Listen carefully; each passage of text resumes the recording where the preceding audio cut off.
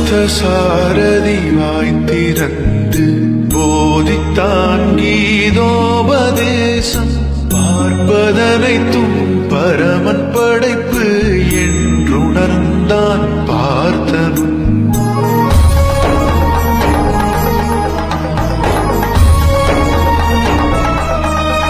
நடந்தவைகள் அனைத்தும் நன்கு நடந்தது என்றுணர்ந்தான் அர்ஜுனன்.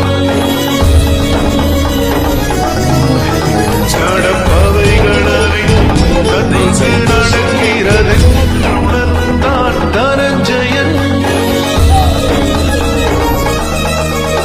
இனி நடக்கும் அனைத்தும் நன்கு நடக்கும் என்றறிந்தான் விஜயனே. காரணம் தரிசனம் பெற்றான்.